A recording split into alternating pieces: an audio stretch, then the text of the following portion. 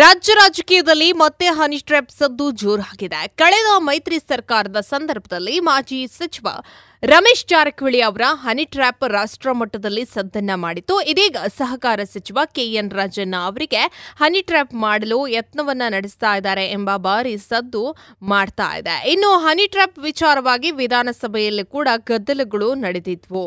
Honey trap ವಿಚಾರವಾಗಿ ರಾಜ್ಯ ರಾಜಕೀಯದಲ್ಲಿ ತೀವ್ರ ಚರ್ಚೆ ನಡೆಯುತ್ತಿರುವಂತಹ ಬೆನ್ನಲ್ಲೇ ಎಐಸಿಸಿ ಅಧ್ಯಕ್ಷ ಮಲ್ಲಿಕಾರ್ಜುನ್ ಖರ್ಗೆ ಅವರು ಮುಖ್ಯಮಂತ್ರಿಯವರನ್ನ ಭೇಟಿ ಮಾಡಿರುವುದು ತೀವ್ರ ಕುತೂಹಲವನ್ನ ಕೂಡ ಮೂಡಿಸಿದೆ. ಇನ್ನು ಬೆಂಗಳೂರಿನ ಮುಖ್ಯಮಂತ್ರಿಗಳ ಕಾವೇರಿ ನಿವಾಸಕ್ಕೆ ಮಲ್ಲಿಕಾರ್ಜುನ್ ಖರ್ಗೆ ಅವರು ಆಗಮಿಸಿ ಮುಖ್ಯಮಂತ್ರಿ ಸಿದ್ದರಾಮಯ್ಯ ಅವರನ್ನ ಭೇಟಿ ಮಾಡಿ ಉಭಯ ಕುಶಲೋಪಚಾರಿಯನ್ನ ವಿವರಿಸಿದ್ರು. ಇನ್ನು ತಮ್ಮದೇ ಆದಂತಹ ಸಚಿವರ ಮೇಲೆ ಹನಿ ಟ್ರ್ಯಾಪ್ ನಡೆದಿದೆ. ಈ ವಿವಾದದ ಬೆನ್ನಲ್ಲೇ ಸ್ವತಃ ಮಲ್ಲಿಕಾರ್ಜುನ್ ಖರ್ಗೆ ಅವರೇ ಬಂದು ಸಿದ್ದರಾಮಯ್ಯ ಅವರನ್ನ ಭೇಟಿ ಮಾಡಿದ್ದು ಕುತೂಹಲಕ್ಕೆ ಕಾರಣವಾಗಿದೆ. ಹನಿ ಟ್ರ್ಯಾಪ್ ವಿಚಾರದ ಬಗ್ಗೆ ಕಾಂಗ್ರೆಸ್ ಹೈಕಮಾಂಡ್ ರಾಜ್ಯ ನಾಯಕರಿಂದ ದೂರವಾಣಿ ಮೂಲಕ ಮಾಹಿತಿಯನ್ನ ಪಡೆದಿದೆ.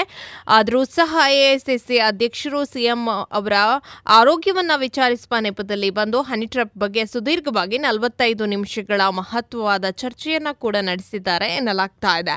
ಇನ್ನು ಮುಖ್ಯಮಂತ್ರಿ ಸಿದ್ದರಾಮಯ್ಯ ಅವರನ್ನ ಎಐಸಿಸಿ ಅಧ್ಯಕ್ಷ ಮಲ್ಲಿಕಾರ್ಜುನ್ ಖರ್ಗೆ ಅವರು ಭೇಟಿ ಮಾಡಿ ಮಾತುಕತೆಯನ್ನ ನಡೆಸಿರುವಂತಹ ಕುರಿತು ಡಿಸಿಎಂ ಡಿಕೆ ಶಿವಕುಮಾರ್ ಅವರು ಮಾಧ್ಯಮಗಳ ಜೊತೆ ಪ್ರತಿಕ್ರಿಯೆಯನ್ನು ಕೂಡ ನೀಡಿದ್ದಾರೆ.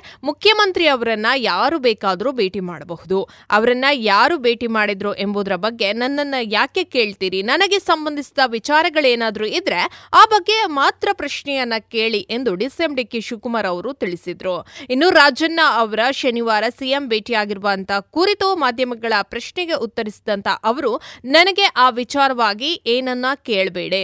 ಮುಖ್ಯಮಂತ್ರಿಗಳನ್ನ ಯಾರು ಬೇಕಾದರೂ ಭೇಟಿ ಮಾಡಲಿ, ನನ್ನ ಇಲಾಖೆಗೆ ಸಂಬಂಧಿಸಿದಂಥ ವಿಚಾರಗಳ ಬಗ್ಗೆ ಮಾತ್ರ ನನ್ನನ್ನು ಕೇಳಿ. ಅವರು ಇವರನ್ನ ಭೇಟಿ ಮಾಡಿದ್ರು, ಇವರು ಅವರನ್ನ ಭೇಟಿ ಮಾಡಿದ್ರು ಎಂದು ನನ್ನನ್ನು ಯಾಕೆ ಕೇಳ್ತೀರಾ? ಮುಖ್ಯಮಂತ್ರಿಗಳು ಆದಮೇಲೆ ಎಲ್ಲ ಸಚಿವರು, ಶಾಸಕರು, ಸಂಸದರು, ಇನ್ನು ಸಾರ್ವಜನಿಕರು ಭೇಟಿಯನ್ನ ನೀಡೋದು ಕೂಡ ಸಹಜ.